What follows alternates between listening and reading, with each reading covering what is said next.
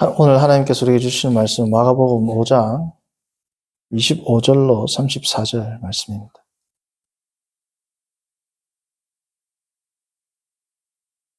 마가복음 5장 25절로 34절 말씀입니다.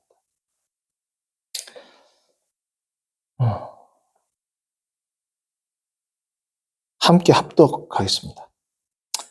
12회를 혈루증으로 알아온 한 여자가 있어 많은 의사에게 많은 괴로움을 받았고 가진 것도 다 허비하였으되 아무 효험이 없고 도리어 더 중하여졌던 차에 예수의 소문을 듣고 무리 가운데 끼어 뒤로 와서 그의 옷에 손을 대니 이는 내가 그의 옷에만 손을 대어도 구원을 받으리라 생각함일러라. 이에 그의 혈루 근원이 곧 마름에 병이 나은 줄을 몸에 깨달으니라. 예수께서 그 능력이 자기에게서 나간 줄을 곧 스스로 아시고 무리 가운데서 돌이켜 말씀하시되 누가 내 옷에 손을 대었느냐 하시니 제자들이 여짜오되 무리가 에워싸 미는 것을 보시며 누가 내게 손을 대었느냐 물으시나이까 하되 예수께서 일 행한 여자를 보려고 둘러보시니 여자가 자기에게 이루어진 일을 알고 두려워하여 떨며 와서 그 앞에 엎드려 모든 사실을 여쭈니 예수께서 이르시되 딸아 내 믿음이 너를 구원하였으니 평안히 가라. 내 병에서 놓여 건강할지어다. 아멘. 오늘 말씀은 사실 에베소서를 강론하기로 제가 성도님들께 말씀을 드렸지만 지난 주간 아침 예배 가운데 제가 또 이숙자 전도사님의 말씀을 듣는 중에 이 같은 본문이었잖아요. 제가 또 많은 은혜가 되고 깨닫는 바가 많고 주님 안에서 많은 것들을 또 생각하게 되는 계기가 되었습니다. 그래서 오늘은 이 본문을 다시 한번 다루도록 하겠습니다. 조금 다른 관점에서 소위 우리가 생각하는 믿음에 대한 내용을 다루고자 합니다.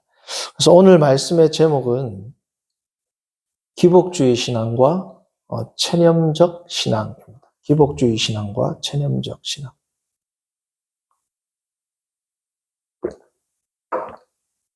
둘 다 잘못된 신앙, 부족한 신앙, 병든 신앙이죠.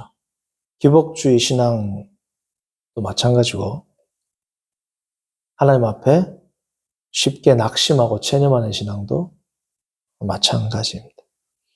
제가 이렇게 두 가지의 믿음의 모습, 잘못된 믿음의 두 가지 형태를 지금 말씀드린 이유는 다음과 같습니다. 우리가 소위 골든민이라는 황금률, 골든룰 말고 골든민이라고 한다면 소위 중용을 의미합니다. 아리스토텔레스가 말했던 중용. 사자성어로 하자면 과유불급이 되겠죠. 지나치면 미치지 못하는 것과 마찬가지다라는 과유불급과 유사한 의미를 가지고 있는 중용에 대해서 먼저 제가 말씀을 드리려고 합니다. 이 중용은 사실은 철학이 있기 이전에 신화로부터 시작됩니다. 우리가 잘 아는 그리스 신화 보면 크레타 섬 있죠. 사도 바울이 4차 전도 여행 혹은 로마로 압송될 때 미항, 말 그대로 아름다운 항구라는 이름을 가진 미항이 있는 그레데에 잠시 머무릅니다. 이 그레데, 이 크레타 성이 어디의 중심이냐? 미노아 혹은 미노스 문명의 중심이었고 이것이 이후에 이제 그리스 신화에 나오게 되죠. 이 미노스 문명은 우리가 잘 아는 바와 같이 성경을 보면 갑돌 혹은 블레셋 발상지로 학자들이 추정하곤 합니다. 그래서 우리에게 친숙한 곳이에요. 사도 바울은 디도스의 글에 대해서 혹평을 하죠. 그들은 거짓말쟁이요, 배만 위하는 자다. 이 크레타 섬에서부터 유래되었습니다. 사실 이 중용에 대한 이 신화가 문서로서는 우리가 잘 아는 그리스 신화를 보면 라비린스, 다시 말해서 미궁을 만든 사람이 있죠. 데아들로스라고, 다이달로스라고 미궁을 만들었습니다. 미궁을 만들었는데 이 다이달로스가 자신이 만든 미궁에 갇히게 되죠. 그래서 이 미궁은 한번 들어가면 나올 수가 없죠. 그래서 이 다이달로스가 이 라비린스라는 이 미궁에서 빠져나오기 위한 방법은 하늘로 날아가는 게 밖에 없었습니다. 그래서 그와 그의 아들 이카로스, 이게 이제 그리스 신화 이카로스 신화라고도 불리는데, 그의 아들에게 이제 밀랍으로 만든 날개를 달아줍니다. 자기도 달고. 자, 밀랍으로 된 날개니까 너무 해수면 가까이, 물 가까이 날면 물이 먹으면서 어떻습니까? 무거워지겠죠. 떨어지겠죠. 그리고 하늘 너무 높이 올라가면 태양 때문에 밀랍이 녹아가지고 떨어지지 않겠습니까? 그래서 아주 중요한 말을 합니다. 너는 해수면에 너무 가까이도 가지 말고 하늘 높이 너무 위로도 가지 말고 중간을 날아가라. 이 중간지대를 잘 날아가라. 그래서 이제 날개를 달고 확 탈출을 하는데 이 아들 이카로스가 처음에는 중간을 해변과 해수면과 하늘 사이를 잘 날아가다가 어린 나머지 뭐야? 너무 기분이 좋고 흥분되죠. 그래서 하늘 위로 점점 올라가다 어떻게 돼요? 날개가 녹아가지고 떨어지게 됩니다. 그래서 그 떨어진 곳을 이름을 따서 이카리만, 지금 정확하게 이카리만 혹은 이카리해라는 그 이름이 붙여지게 돼요. 이 신화로부터 이제 이 신화를 고대 히랍 철학자들 소크라테스나 플라톤이나 아리스토텔레스나 그 이전은 피타고라스나 일단 이 헬라 철학자들의 작업은 뭐냐면 신화, 기존에 존재하던 그리스 신화를 체계화해서 철학화하는 작업을 합니다. 책을 읽어보시면. 그래서 이 철학을 할 때 이 헬라 신화를 가지고 철학을 하거든요. 그래서 특별히 중용이라는 말의 의미는 플라톤의 글을 보면 나와요. 국가론에도 나오고, 그리고 이 우리가 잘 아는 너 자신을 알라. 그노티 사우톤, 너 자신을 알라. 이 말이 사실은 플라톤의 말이 아니라 델포이 신전, 델포이에 있는 아폴로 신전에 들어가면 그 입구에 세 가지 격언이 쓰여 있습니다. 그노티 사우톤, 너 자신을 알라. 그리고 두 번째 있는 게 뭐냐 하면 오늘 중용과 관계가 되는 메덴 아간입니다. 너 모든 것들을 도를 넘지 마라. 이게 이제 중용이 되겠죠. 메덴 아간. 이제 이 중용에 대한 이 가르침을 철학자들은 이제 가장 체계화, 윤리학적으로 체계화한 인물을 아리스토텔레스라고 봅니다. 니코마코스 윤리학의 이 이권에 이르면 중용에 대해서 이제 철학적으로, 윤리학적으로 정초하게 되죠. 제가 처음에 지금 이 중용에 대해서 이렇게 말씀을 드리는 이유는 잠깐 히랍 신화라든지 히랍 철학을 제가 언급을 드렸지만 이 중용에 대한 이 말은 성경에도 나옵니다. 이 중용이라는 것은 지나치면 안 된다라는 거죠. 그렇죠? 이게 사실은 셀프 컨트롤, 절제와 관계되어 있습니다. 그래서 이 절제에 대한 가르침이 플라톤의 저작 가운데서도 까르미데스라는 대화편에 나오거든요. 까르미데스라는 대화편에 이 중용 혹은 절제에 대해서 나오고 성경에는 뭐라고 나옵니까? 갈라디아서 5장 22, 23절 보면 성령의 9가지 열매 가운데 가장 마지막에 나오는 덕이 뭐예요? 절제니, 셀프 컨트롤. 절제가 다름 아닌 뭐예요? 중용이란 말이죠. 자, 그래서 제가 지금 이 중용, 절제를 강조하는 이유는 뭘까요? 오늘 이 본문에서. 오늘 본문의 제목과 연관을 지어보면 하나의 잘못된 극단으로 가면 어떻게 된다? 기복주의 신앙으로 가게 된다. 또 다른 극단으로 가게 되면 어떻게 된다? 체념적 신앙으로 가게 된다. 자, 이게 무슨 의미냐? 성도님들, 기복주의는 잘못된 신앙이죠.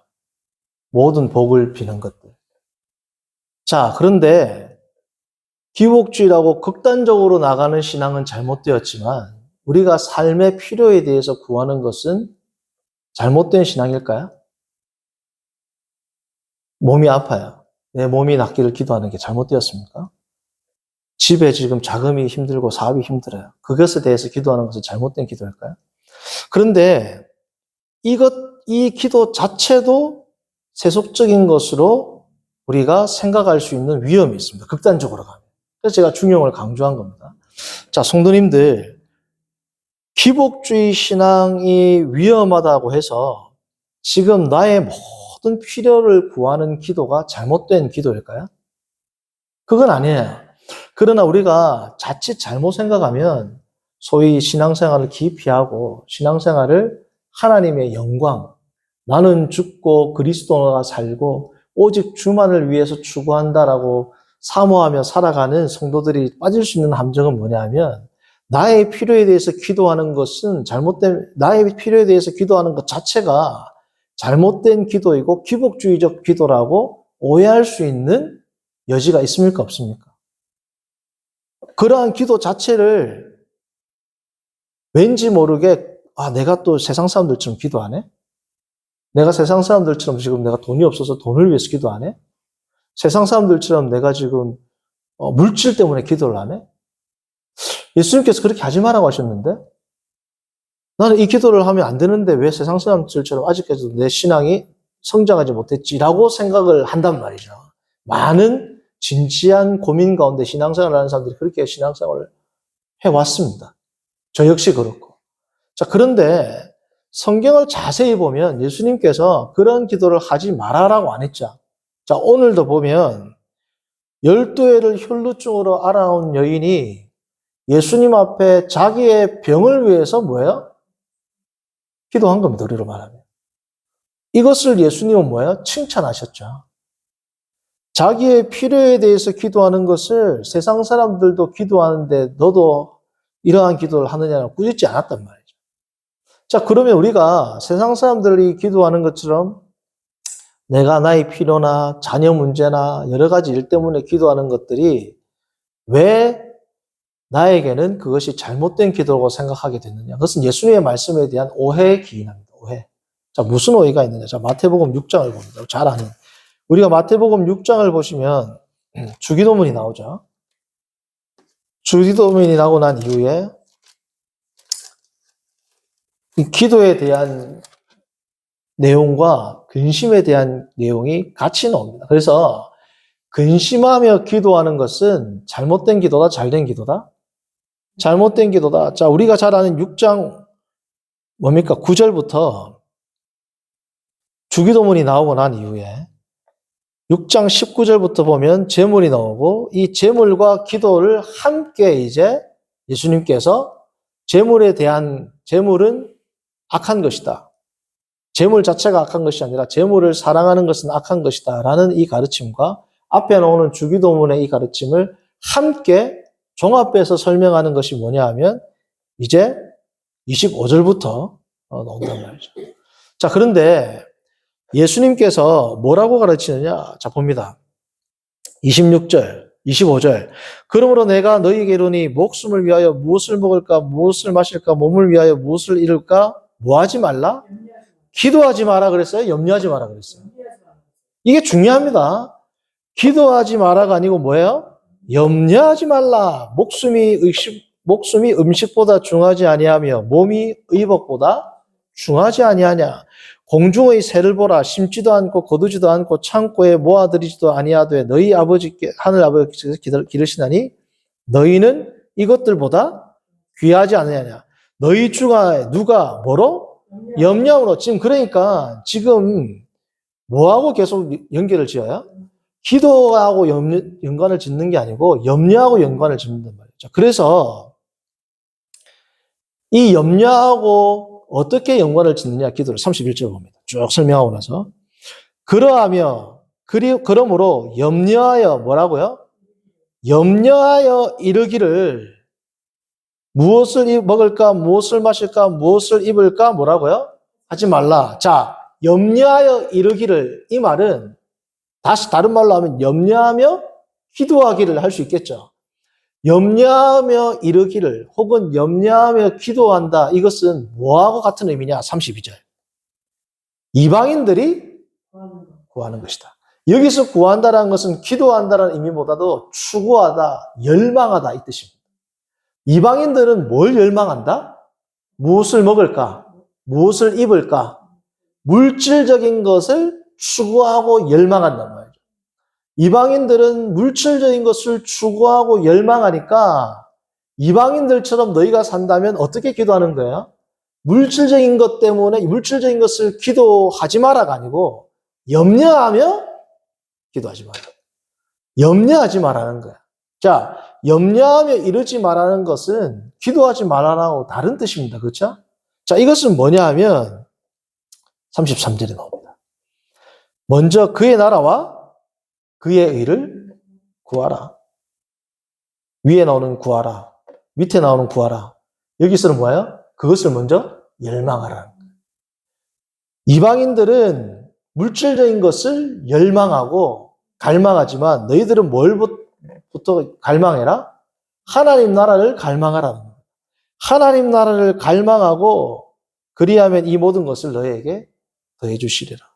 그리고 뭐예요? 내일 위를 위하여 염려하지 말라. 내일에는 내일이 염려할 것이요 한날의 괴로움은 그날의 족하니라. 내일을 염려하지 말라와 연관된 게 뭘까요? 주기도문에 오늘 일용할 양식을 주십시오. 내일에 대해서는 뭐야? 아버지께 맡겨라. 자, 그런데 오늘 일용할 양식을 기도하지 마라? 아니죠. 자, 그러므로 이것을 종합한다면 뭐냐면 우리에게 필요한 물질들, 어려움들, 그리고 내일에 있을 여러 가지 일들도 오늘 일용할 양식을 위해서 기도하라는 것이 자, 6장 11절 오늘 우리에게 일용할 양식을 주옵소서 이렇게 나오죠. 11절. 자, 이 말은 오늘 나에게 필요한 양식만 주십시오라는 의미가 아니죠. 오늘 나에게 필요한 것들을 하나님 매일매일 하나님 나에게 공급해 주십시오라는 그 의미입니다. 오늘 필요하고 내일은 필요 없으니까 오늘만 기도한다는 뜻이 아니라 매일매일 하나님의 공급하심을 내가 구합니다라는 기도가 되겠죠. 자, 그러면 어떻게 생각하느냐? 우리가 계획을 짜고 살아갑니다, 사람이. 그렇죠? 내일 아니면 한 달 이후에 있을 일들에 대해서 기도하는 것 자체를 이방인의 기도입니다 라고 해서는 안 된단 말이죠. 자, 성도님들, 우리 아들이 아파요. 아들을 낫게 해주세요. 새벽에 부르짖고 기도하면 아직까지도 신앙의 연륜이 멀었네. 아직까지도 저런 기도를 하고 있는 하나님 손에 맡겨야지. 하나님 나라의 영광을 위해서 기도해야지. 이방인들이 구하듯이 아이고 자녀가 아픈 것, 사업이 힘든 것 때문에 기도해서 되겠나? 라고 책망할 부분이 아니라는 겁니다. 뭘 책망하는 겁니까, 예수님은? 염려하는 것. 이 염려는 뭐예요? 결국은 그 안에 그 대상을 열렬히 추구하는 것. 그게 마태복음 6장에 나오는 두 주인을 섬기는 겁니다. 그렇죠? 재물을 섬기는 것. 그렇게 나아가지 말라는 것이지 그것 자체를 뭐예요? 기도하지 말라는 의미가 아니란 말이죠. 성도님들, 우리가 잘 아는 누가복음을 보면 불의한 재판장의 비유가 있죠. 불의한 재판장에게도 그 과부가 계속 기도하니까 자, 18장 1절이 너무 중요합니다. 누가복음 18장 1절. 누가복음 18장 1절을 보시면 예수께서 그들에게 항상 기도하고 자, 그다음 뭐가 하지 말라? 낙심하지 말 것을, 저는 기도하고 낙심하지 말 것을 가르치면서 계속 기도합니다. 그럼 이 과부는 지금 하나님 나라의 영광을 위해서 기도해요? 자기의 억울함을 위해서 기도해요? 자기의 억울함을 위해서 기도함에도 불구하고 예수님은 내가 다시 올 때 이러한 믿음을 보겠느냐 한단 말이에요. 그리고 누가복음 11장을 보면 우리가 잘 아는 밤에 내한테 손님이 왔으니까 떡을 달라고 안 주죠? 간청하니까 뭐예요? 그가 비록 보탬을 인하여 주지 않을지라도 간청함을 인해서 준다. 하나님께 간청하면 주신다라는 그 말씀이란 말이에요. 그러니까 우리가 중용을 제가 언급했던 이유가 뭐냐면 신앙생활을 오래 하면 오래 할수록 중요한 게 뭐예요? 중심을 잡는 겁니다. 밸런스를 유지하는 거란 말이에요. 기복주의 신앙이 잘못된 게 맞아요. 분명히 너무나도 큰 병폐가 있죠. 그러나 그러한 물질적인 부분에 대해서 기도하는 모든 기도를 기복주의라고 우리가 비난하면 안 된단 말이죠. 그러면 뭘 경계할까요? 그럼 뭐가 기복주의고 뭐가 하나님 앞에서 나의 필요를 구하는 일용할 양식을 구하는 기도가 될까요? 이 두 개를 어떻게 우리가 분별할 수 있냐 이거죠. 교리적으로는 쉽습니다. 기복주의 신앙은 자기 자신을 위해서다. 일용할 양식을 위한 나의 필요는 하나님 영광을 위해서다. 너무 말은 쉽죠. 그렇죠?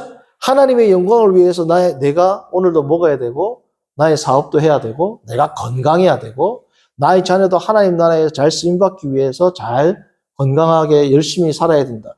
말은 쉽죠. 자, 그런데 어떻게 우리가 이 실생활에서 내가 기복주의적인 기도를 하는지 아니면 예수님께서 칭찬하시는 기도를 하는지 어떻게 분별하냐. 자, 여기까지 일단 말씀드리고 또 다른 하나는 뭐냐면 낙심하는 기도입니다. 자, 제가 기복주의적인 이 신앙과 낙심하는 신앙을 왜 대비시켰느냐? 제가 일전에 기독교 상담학을 목회 상담학을 하시는 분으로부터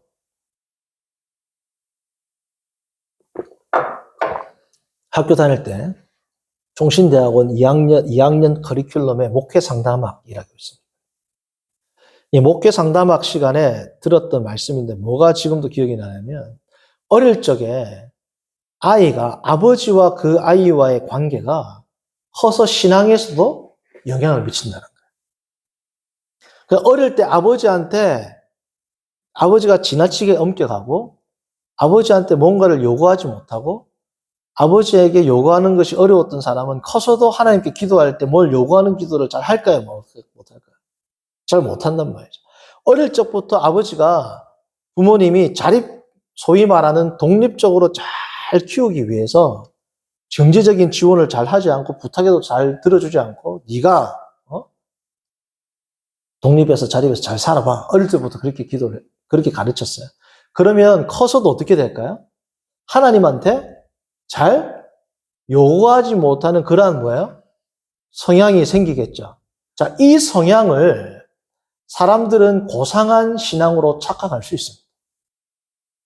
제가 그랬어요. 그래서 어느 날 하나님께서 저에게 깨달음을 주셨단 말이에요. 자, 예를 들면 지금 죄를 예를 드는 겁니다. 어릴 때 저는 부모님이 대부분 제가 해결하도록 하셨어요. 자, 초등학교 1학년 때 아무것도 모르잖아요. 어머니가 우산을 가져가라 했는데 제가 깜빡하고 우산을 안 가져갔어요. 그럼 하교할 때 어떻게 할까요? 부모님들이 우산을 가지고 오겠죠. 저희 어머니는 안 가져오셨어요. 남자가 네가 한 일에 책임을 져라. 초등학교 1학년짜리가 집에 걸어서 한 20분 걸리는데 비를 쫄딱 맞고 간단 말이에요. 아침에 바빠가지고 어머니가 자 도시락 챙겨가라. 깜빡하고 막 가다 보면 도시락을 안 챙겨가요. 보통 부모님은 점심시간쯤 되면 도시락을 가져와요? 안 가져와요? 안 가져간단 말이에요. 우리 어머니는. 네가 알아서 살아남아라. 자, 어릴 적부터 그렇게 자랐습니다. 자, 그러면 내가 신앙생활을 하면 어떻게 할까요? 신앙생활을 하면 자기도 모르게 이거를 신앙으로 포장을 한단 말이죠. 포장을. 저 자신을 신앙이 좋은 것으로 포장을 하기 시작했습니다. 나도 몰랐지만. 어떻게 포장하느냐? 어려운 일이 있어요. 어려운 일.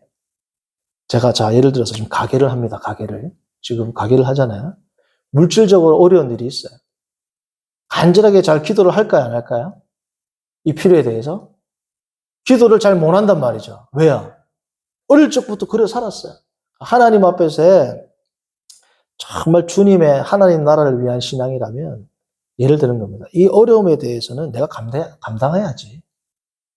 하나님이 나에게 주신 어려움이니까 하나님이 주신 어려움을 알고 내가 감수하고 살아야지. 우리가 생각하는 하나님 나라를 위해서 고난도 감내하는 믿음처럼 보이죠? 그렇게 보입니다. 어려운 일이 생겼어요. 물질적인 필요가 있고 나에게 고통이 있어요.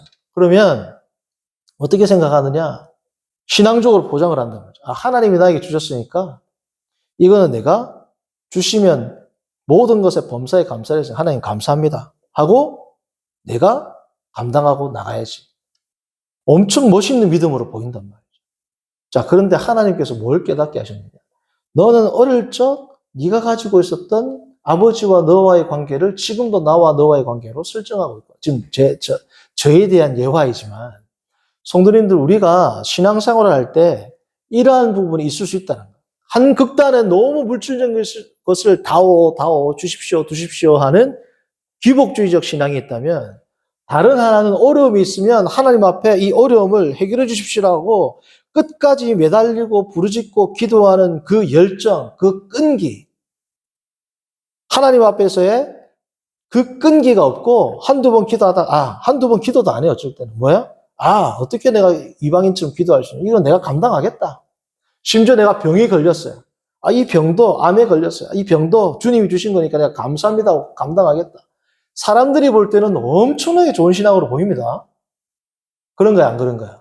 이 병이 걸렸는데도 병 낫게 해달라는 기도를 안 하고 이웃을 위해서, 선교를 위해서, 교회를 위해서, 하나님의 영광을 위해서 기도하네?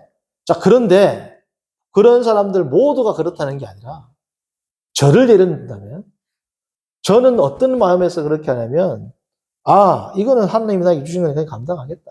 마치 어릴 때 어려움이 있고 힘든 일이 있으면 항상 어떻게 했어요? 네가 감당해라 그랬단 말이에요. 우리 부모님께서. 그것을 신앙으로 포장해가지고 내가 감당하겠다. 하나님 앞에서 내가 안고 가겠다. 얼마나 멋있는 신앙처럼 보여요. 그러나 그건 신앙이 아니고 뭐야? 나의 인격대로 믿는 겁니다. 어릴 적 부모님한테 확 쪼르던 사람들은 그 인격대로 믿어가지고 그게 극단적으로 잘못 가면 어떻게 돼요? 기복주의가 되는 거예요. 어릴 적부터 독립적으로 지나치게 자립적으로 자란 사람들은 어떻게 해요? 되게 멋있는 신앙으로 보이지만 사실은 그게 낙심과 체념의 다른 모습이란 말이에요. 하나님께 내가 이 기도 안 할란다. 왜요? 하나님께서 이 기도를 안 들어주실 수도 있죠. 예를 들면 말기암 환자다. 아니면 내일 당장 회사 문을 닫아야 된다. 정말 큰일이 있다. 하나님의 능력은 우리가 믿지만 하나님께서 이 기도를 들어주실 수도 있고 안 들어주실 수도 있어요. 안 들어주실 수도 있는 걸 뭐 한다 기도하냐 라고 생각은 안 하죠. 그 생각을 어떻게 포장해요? 나는 이러한 기도가 아니라 세계 열방과 하나님 나라에 대한 기도를 하겠다라고 자신을 포장하는데 그것조차도 자신이 안다 모른다? 모른단 말이에요. 그러니까 한쪽의 극단은 기복주의적 신앙이고 한쪽의 극단은 사실은 자기 마음으로는 하나님을 못 믿는 겁니다. 그게 체념이란 말이죠.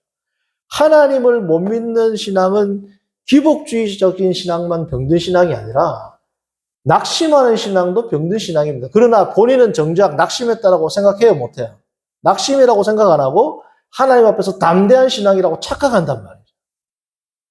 그렇게 자기 자신을 속으면서 살아간단 말이죠. 그것을 하나님께서 어느 순간 저에게 깨닫게 하셨습니다. 이거는 신학적으로, 교리적으로 깨달을 수 있는 게 제 자신의 마음을 깨닫게 해주시는 거예요. 자, 그러면 어떻게 그러면 나는 낙심하는 신앙이 아니고 하나님 중심적인 신앙인지, 어떻게 나는 기복주의적인 신앙이 아니고 하나님 중심적인 신앙인지를 평가할 수 있는 나름대로의 기준이 있어야 되겠죠. 신학적으로, 교리적으로 너무 쉽습니다. 심플하단 말이에요. 우리가 많이 들어와서. 자, 그러면 어떻게 나의 삶 가운데 적용하느냐. 자, 기복주의적 신앙이 아니라 내가 하나님 앞에서 열정적으로 나의 필요를 믿음으로 구하는 기도다. 라는 것을 어떻게 우리가 알 수 있느냐. 자, 기복주의적인 신앙은 그 원하는 것을 얻지 못하면 어떻게 돼요? 낙심합니다. 원하는 것을 먹지 못하면 하나님께 삐져요. 자, 그런데 여기에 대한 좋은 모범적인 예가 있습니다. 자, 이스라엘 역사 가운데 가장 존경받는 선왕이 누굽니까? 다윗이죠. 다윗의 가장 큰 죄가 뭐예요? 음란의 죄를 범했습니다. 그리고 살인을 했죠. 밧세바와 간음을 하고 난 첫 아들은 어떻게 돼요? 죽습니다. 죽는데 사무엘하 12장 15절에 이렇게 써놨어요. 우리아의 아내가 다윗에게 낳은 아이를 여호와께서 뭐라고요? 치셨다. 여호와께서 치셨단 말이죠. 치심에 심히 아른지라. 하나님이 친 거면 끝난 거야, 안 끝난 거야? 끝난 겁니다. 그럼 기도하면 돼요, 안 돼요? 우리가 생각할 때 신앙이 좋은 사람은 하나님이 나에게 주신 시험이니까 내가 감당하고 나가야 된다. 하나님이 치셔가지고 알았는데 다윗은 금식하며 기도합니다. 부르짖으면서 기도한단 말이에요. 자, 그런데 더 놀라운 건 뭐다? 죽었다 그러니까 어떻게 해요? 울며 금식하며 기도하다가 아이가 죽었습니다 하니까 그 자리에서 일어나서 옷을 갈아입고 기름을 바르고 하나님 앞에 경배하고 예배했다. 이게 뭐예요? 기복주의적인 신앙이 아니라 때로는 나의 필요에 의해서 하나님께 간절히 기도하는 자의 증거입니다. 증거. 우리가 이 땅에 육신을 살아가고 있기 때문에 나에게 주어진 하나님의 책무가 있죠. 자, 내가 가장입니다. 내가 집안을 운영한단 말이죠. 자, 가게가 힘들어, 경제가 힘들어져요. 하나님께서 주신, 그러니까 내가 안고 가겠다. 좋은 신앙처럼 보이지만 이처럼 무책임한 사람이 없단 말이에요. 가정에 대해서. 그러면 어떻게 해야 돼요? 하나님께 기도하고 하나님 나라가 어디서부터 이루어집니까? 가정에서부터 이루어지죠. 내 새끼, 내 와이프를 내가 물질적으로 공급해야 되는 의무가 있어요, 없어요? 하나님이 주신 신성한 의무란 말이죠. 이 의무도 하나님 나라입니다. 그렇죠? 그러면 이 나의 가정, 나의 물질, 우리 가정이 물질적으로 내가 안정적으로 하는 기도 자체가 이방인적인 기도라고 세속주의적인 기도라고 우리가 너무 뭐예요? 터부시하는 이 가르침도 한쪽 극단으로 간 거란 말이죠. 그것을 가르치는 자, 그렇게 생각하는 자가 그렇게 같다라고 생각도 못 합니다. 왜냐하면 제가 그렇게 했기 때문에. 그렇게 생각할 때 자신은 정말 하나님의 나라 중심, 성경 중심으로 살고 있다고 생각하지 내가 한쪽 극단으로 갔다 생각 못 한단 말이죠. 그러나 성경을 우리는 항상 원리가 됩니다. 나에게 필요한 모든 일용할 것들, 필요한 것들을 예수님이 구하라고 하셨단 말이죠. 구하라, 두드리라. 이 주기도문이 마태복음 6장에 나오지만 또 어디에 나오면 누가복음 11장 나오죠. 누가복음 11장을 보면 찾으라, 구하라, 두드리라 라는 이 기도의 가르침 위에 뭐가 나오냐? 주기도문입니다. 한번 볼까요? 11장. 누가복음. 마태복음 6장에 나오는 주기도문이 누가복음 11장에 나오지 않습니까?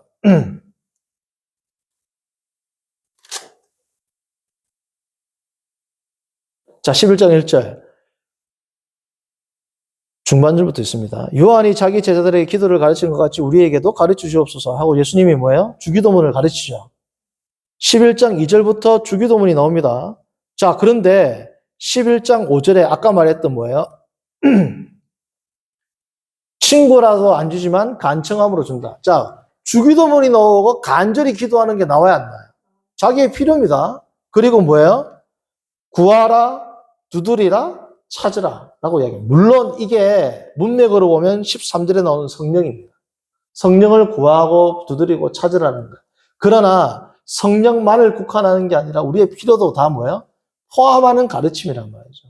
이것은 한쪽 극단으로 가가지고 성령을 구하는 것이지 우리의 모든 필요를 구하는 것 자체가 잘못되었다. 이것은 세속적이다라고 말하면 돼요, 안 돼요? 안 된단 말이죠. 그것이 좋은 신앙이라고 우리가 너무나도 많이 오늘날 착각하고 살아갑니다.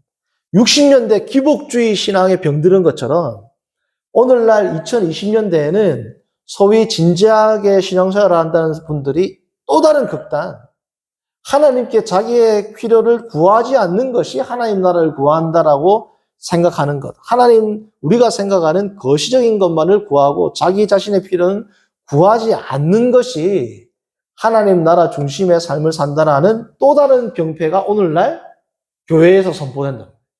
60년대 기복주의 설교가 판을 쳤다면 오늘날은 뭐예요? 이러한 종류의 설교가 성경적인 설교로 어떻습니까? 지나친 한쪽 또 다른 극단으로 선포가 되고 있는 현실입니다.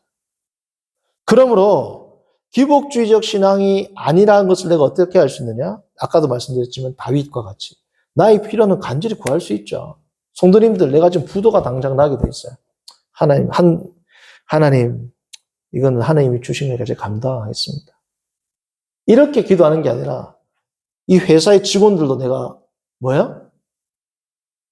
다 경제권이 달려있고 나의 자녀, 나의 아내 다 있단 말이에요. 하나님 나에게 주신 이때까지 나에게 주신 기업을 잘 운영하는데 하나님 이 기업이 다시금 일어나게 해주십시오. 간절히 기도하고 때로는 40일 기도하고 때로는 금식 기도도 할 수 있는 겁니다. 그 기도를 세속적인 기도라고 치부해서는 안 된다는 거예요. 그러나 그 기도를 할 때 항상 나의 마음의 중심을 살피고 말은 쉽지 실제로는 어렵겠죠. 그러나 살피면서 그렇게 되지 않았을 때 나의 반응을 살피면서 그러니까 늘 우리는 신앙생활을 하면 할수록 쉬우면서도 어렵고 어려우면서도 쉬운 게 신앙생활이에요.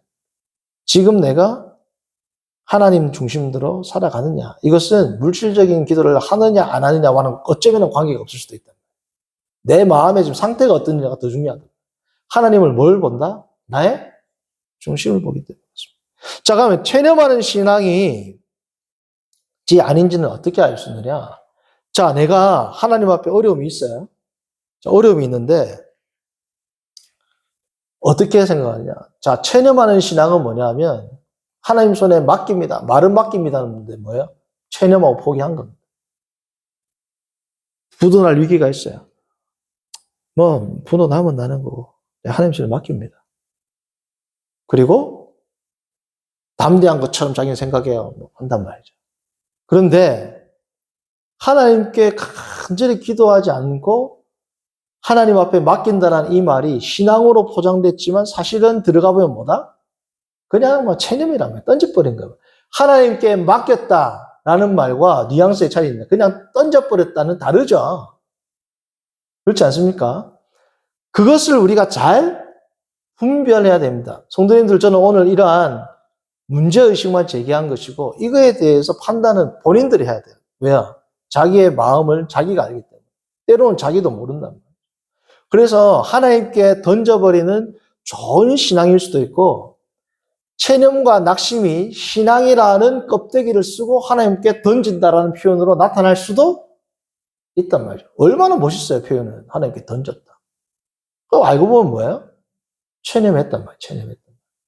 마치 그것을 열심히 해결하려고 추구하는 게 하찮은 신앙인 것처럼 우리가 생각하는 경우가 있단 말이죠. 자, 그러면 내가 하나님 앞에 포기하지 않는 신앙이라는 걸 어떻게 알 수 있느냐?